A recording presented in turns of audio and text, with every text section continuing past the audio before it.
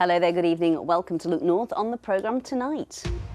Farmers warn food prices could go up as the cost of fertiliser and fuel grows due to the war in Iran. The most recent that we bought is £625 a tonne, and prior to that we were paying around about £400 a tonne. We'll find out what help is available for people who are struggling with the cost of living.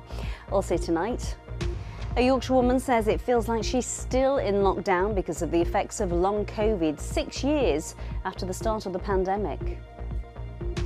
A public meeting has been held to discuss pollution in the sea at Scarborough after the water quality was rated poor. And we meet the youngsters chosen to represent England at the Dance World Cup. And we've been enjoying some spring-like weather recently, but winter's returning midweek. This week it's getting much colder. I'll be back at the end of the programme with a full forecast.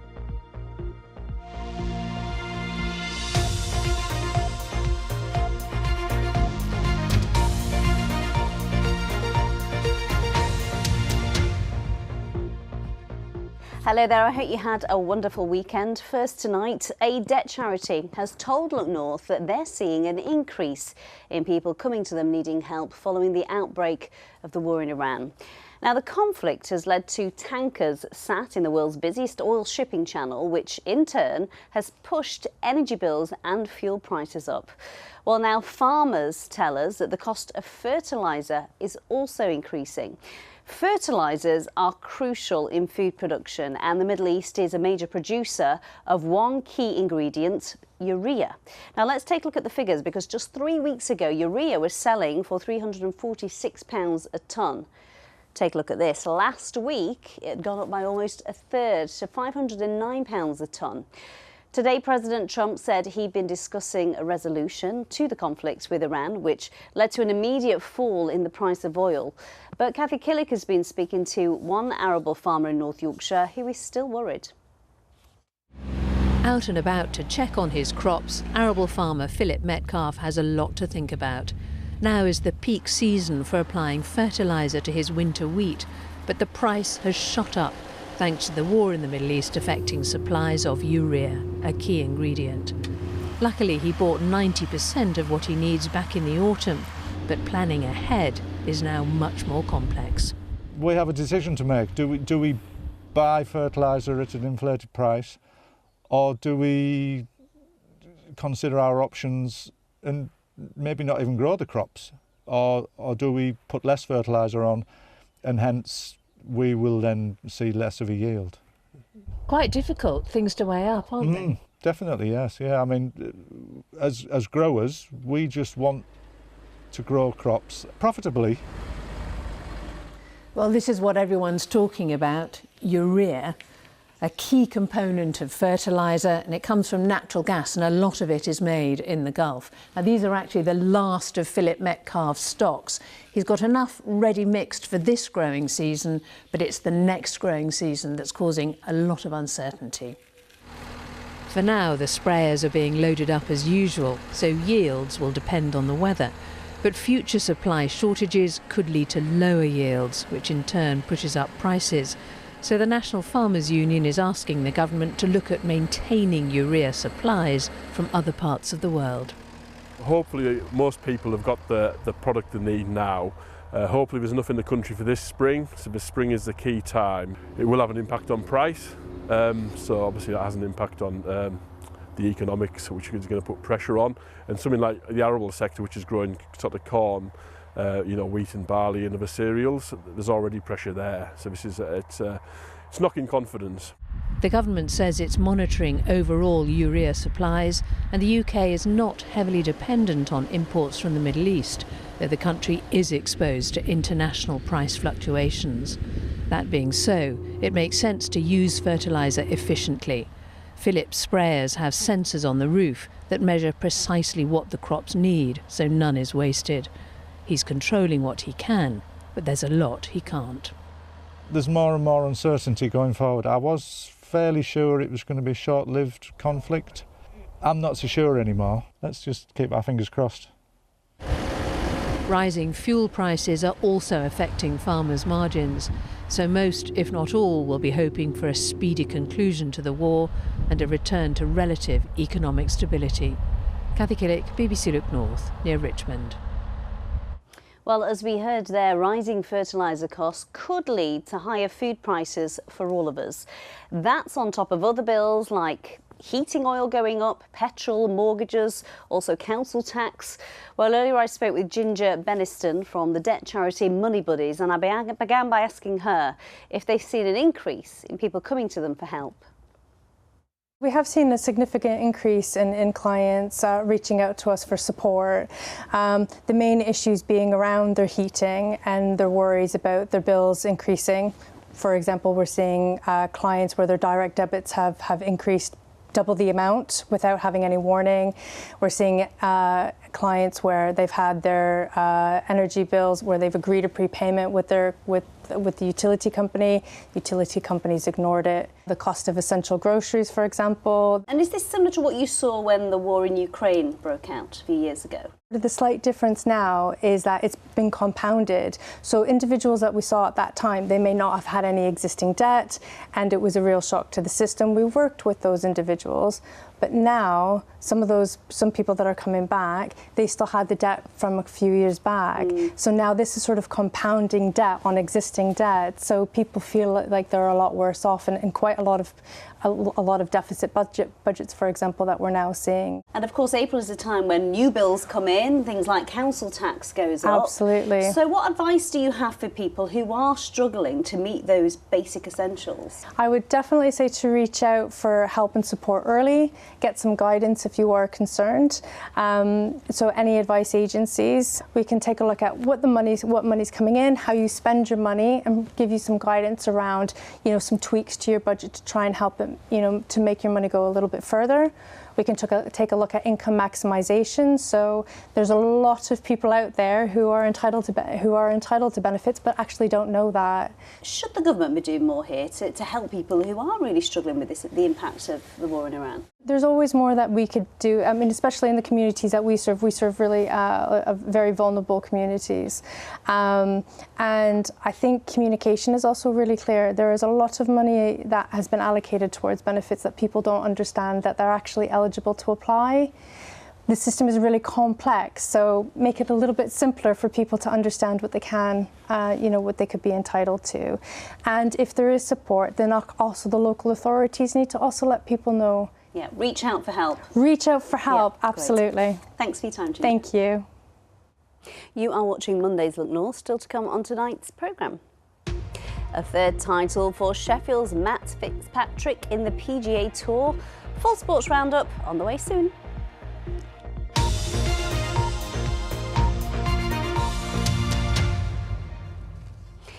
Let's take a look now at some other stories coming into the newsroom. 2 men have been arrested as part of the investigation into the suspected murder of a woman from Rotherham. The body of 32-year-old Orinta Nabutate was discovered in Milton in North Nottinghamshire in the early hours of Friday morning. 42-year-old Arturus Kevelis from Rotherham and 37-year-old Donatas Noreka from Milton have been charged with conspiring to prevent the lawful and decent burial of a body. A Scarborough man who tortured a vulnerable man in his own home is today starting a life sentence of murder. 41-year-old Hugh Owen attacked Julian Hargreaves over several hours at his home in Staithes in March in 2024. The victim died in hospital 3 weeks later.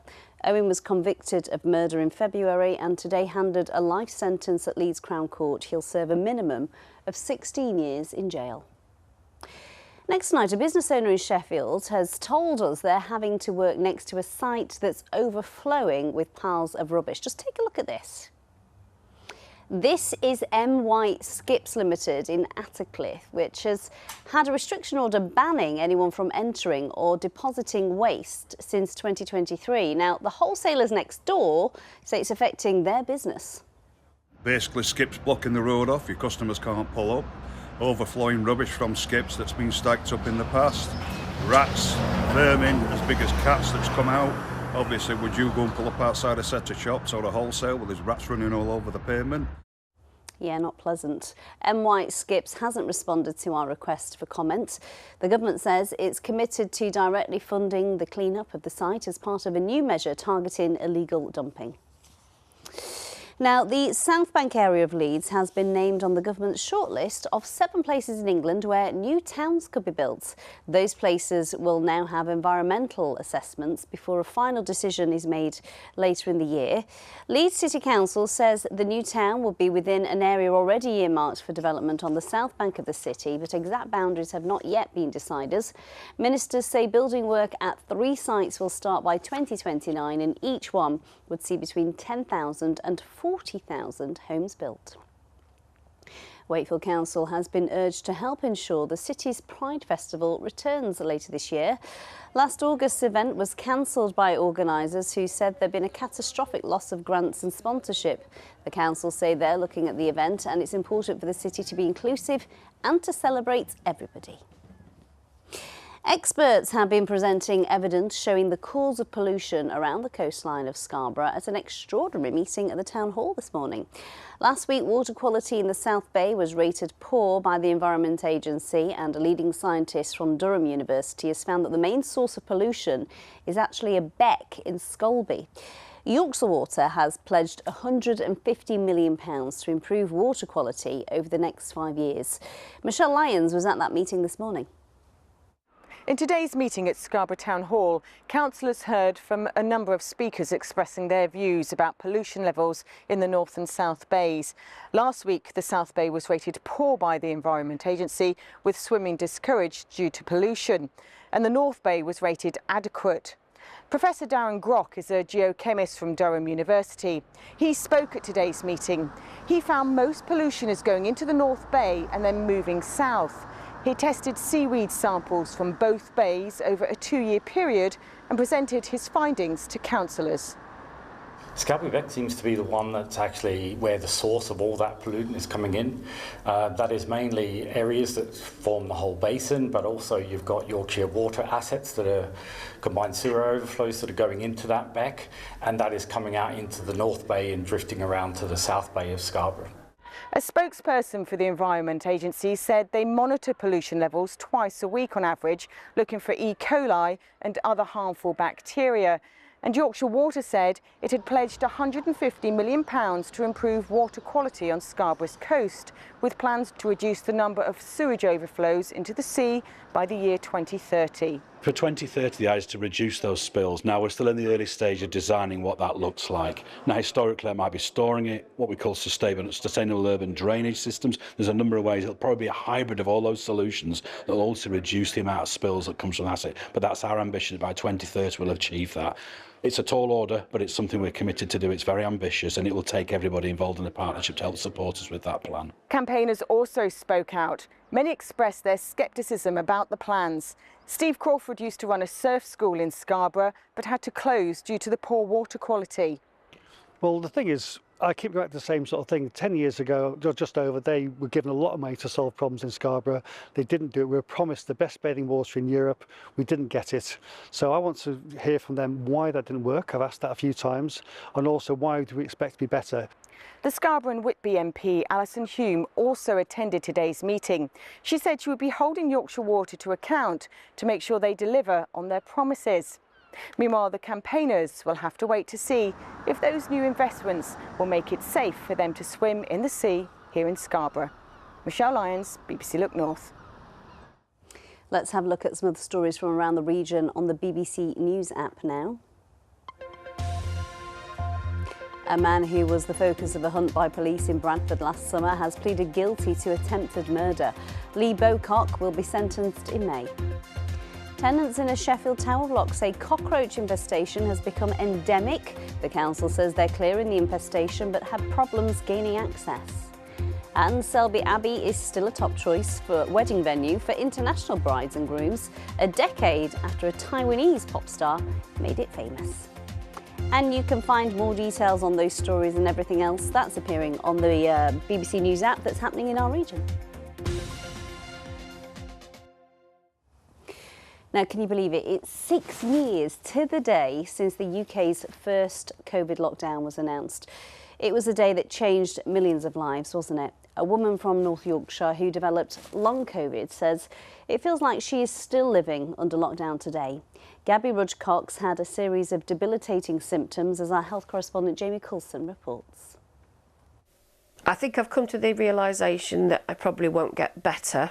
I'm trying to ignore the fact that I'm gradually getting worse, and it just scares me that if it continues to decline, life is going to get even smaller. It's more than 5 years since Gabby Rudge-Cox caught COVID, but she lives with the consequences every day. The 42-year-old who used to live a full and active life now suffers with debilitating symptoms that include pain, fatigue and brain fog. She's been diagnosed with long COVID and a long list of other illnesses. Obviously my breathing has become worse since getting long COVID, and I've been diagnosed with ME, chronic fatigue syndrome, fibromyalgia, so that's the chronic pain that I have every day. I've been diagnosed with POTS, so that's to do with your heart and your blood pressure. I'm on 9 different prescribed medications. Gabby is now only able to work part-time and is severely limited by what she can do. The illness has also affected her husband Darren, who was unable to carry on as a policeman after becoming ill. It has ruined our lives. Although my husband's a lot better than myself, I feel that my health and illness and disability now has just robbed us of what we could have been doing with our lives. From this evening, I must give the British people a very simple instruction. You must stay at home. Today marks 6 years since the UK went into its first COVID lockdown. It's difficult to know how many people are still suffering with long COVID, but a study from 2024 by the UK Health Security Agency and the Office for National Statistics estimated 2 million people in England and Scotland were living with self-reported symptoms after 4 weeks of an infection. Professor Stephen Griffin is a virologist at the University of Leeds. You've probably got about a 1 in 50 chance, if you were to contract COVID again, of developing long COVID symptoms, which could last anything from a few months to sort of almost effectively permanent. So there is a risk, and it doesn't matter how severe your illness is, you can still develop long COVID symptoms. So there is that chance that you will develop it, and that risk accumulates the more infections you have. So, reasonably new addition is I've invested in a wheelchair. The government says it's funding research into long COVID to improve diagnosis and treatments. It says long COVID services commissioned locally by the NHS should be offered to support patients, or where they're not available, GPs can make necessary referrals. COVID, obviously the world came out of the lockdowns, but for me it feels like I'm still in a lockdown and it's existing, it's not living. Jamie Coulson, BBC Look North. Gosh, a really tough time for Gabby there. Really sorry to hear what she's been through.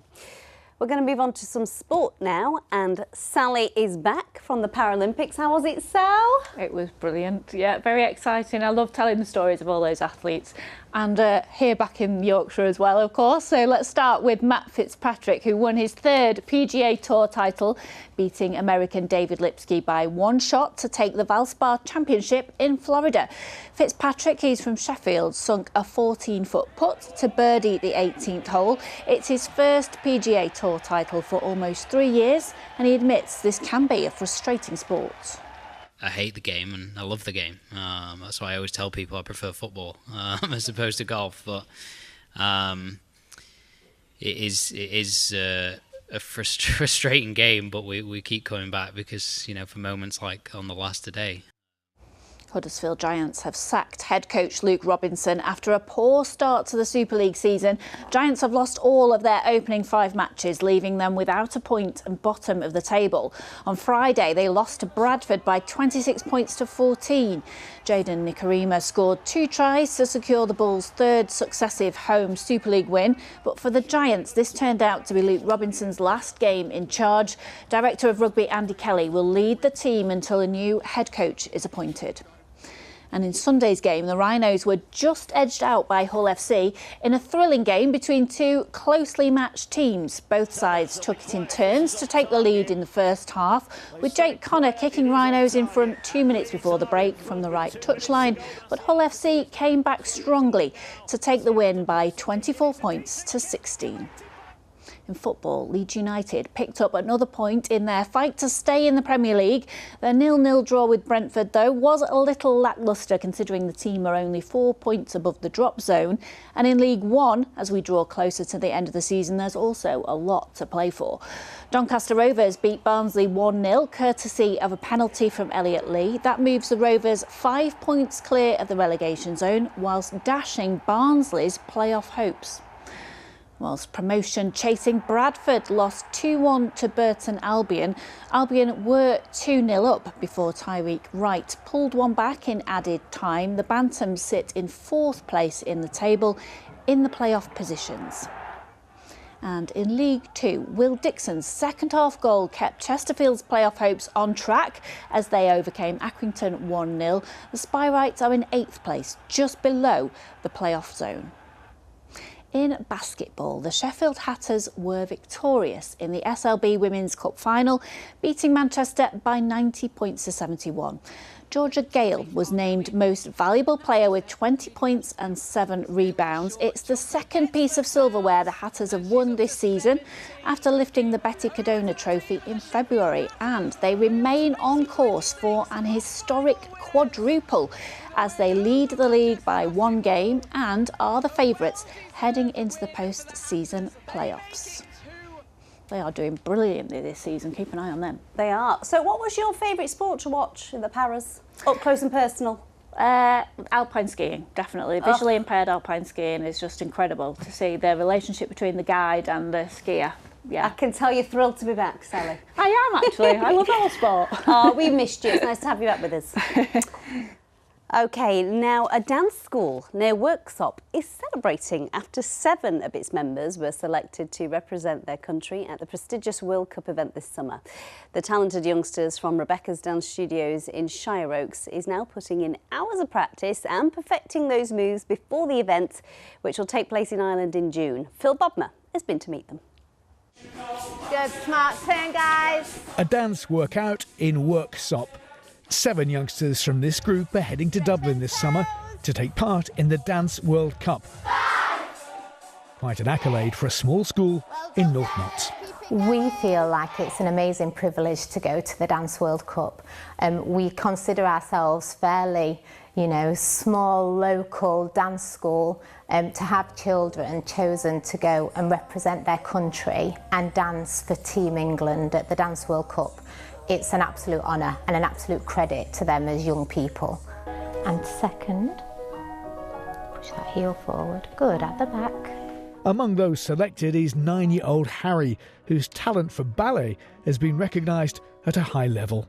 There are a lot of different moves and skills you could do in ballet, and obviously there are in a lot of different styles, but I think ballet in particular, there's just a lot more on it than any other. 15-year-old Jasmine's been dancing since the age of 3, so, relatively speaking, is one of the school's more experienced young dancers. Last year I went with the group and the group's got through again, but this year I'm going back as a soloist as well. It was just an amazing atmosphere. There was dancers from all over the world. It was just a great experience. What does it mean to be going again? It means the world to all of us. It's just an amazing achievement.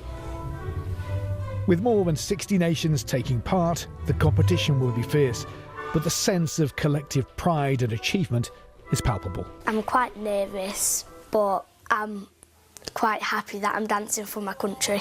Over the coming months, many hours will be dedicated to working on and perfecting routines in the run-up to the World Cup. For these young people, it's another step on the road to future success. Phil Bodmer, BBC Look North, Worksop. Gosh, some real talent there. Good luck to all of them. Oh, it reminds me of the good old days, doesn't it, you, Keely? Oh, I don't know. Those high kicks. It makes me think that I'm going to hurt my back just looking at them. It's nice to have you with us all Thank you week, very much. You may regret saying that. I haven't got good news on the weather front, I'm afraid. We enjoyed spring last week. Winter's returning for a time this week, I'm afraid. And it's been fairly cloudy today, not too bad. A carpet of daffodils around the York city walls there. And everywhere saw a lot of cloud. Our next picture of Otley, we had some glimmers of milky, hazy sunshine, but overall it has been a rather cloudy day. And that cloud tomorrow will be producing some rain. Keep your pictures coming in to the Weather Watchers page, or we're on the socials as well. So yes, this week a real change in type. Last week we enjoyed some of the mildest weather of the year so far. This week, from midweek onwards, it is turning much colder. Yes, we could see the odd snowflake, particularly over the hills, with a significant wind chill on Wednesday. It really will feel cold. And it's all thanks to this weather system slowly sliding southwards tomorrow, opening the doors to an Arctic blast. Windy conditions on Wednesday, and then Thursday looks largely fine, but a frosty start to the day. It has been rather cloudy, as I mentioned, the cloud moving in from the north through the day. And for some places it stayed quite cool as well, with temperatures hovering in high single figures. So as we work our way through this evening, we'll see some breaks in that cloud, particularly to the east of high ground. Rain sliding down that Pennine chain. The breeze will pick up overnight, and it will be a much milder night compared with last night, when we got back to around freezing point down the Vale of York, 7 to 9 degrees. So let's have a little look into at the high waters at 7:33 in Scarborough, and at 18 minutes past 7 in Whitby. So tomorrow, a lot of cloud around through the day. It's breezy conditions too, with outbreaks of rain slipping onto the Dales, where we could get quite a lot of rain through tomorrow. It will gradually, but only very slowly, slip down onto the Pennines and then further east and south. But parts of East Yorkshire, South Yorkshire staying dry for most of the day, but blustery, quite gusty winds later on in the day, with temperatures 13 or 14 degrees. Looking further ahead, it does look like it's going to be cooler on Wednesday. Some wintry showers possibly, and certainly a significant wind chill. Amy. You're right, it's a miserable one. Sorry. I'll pack those t-shirts away again, get the jumpers back out. Thanks, Keely. You're welcome. Well, that is it from us. Keely's with us all week, and I am back on the late news tonight at 10:30, so I hope you can join me then. Bye-bye for now.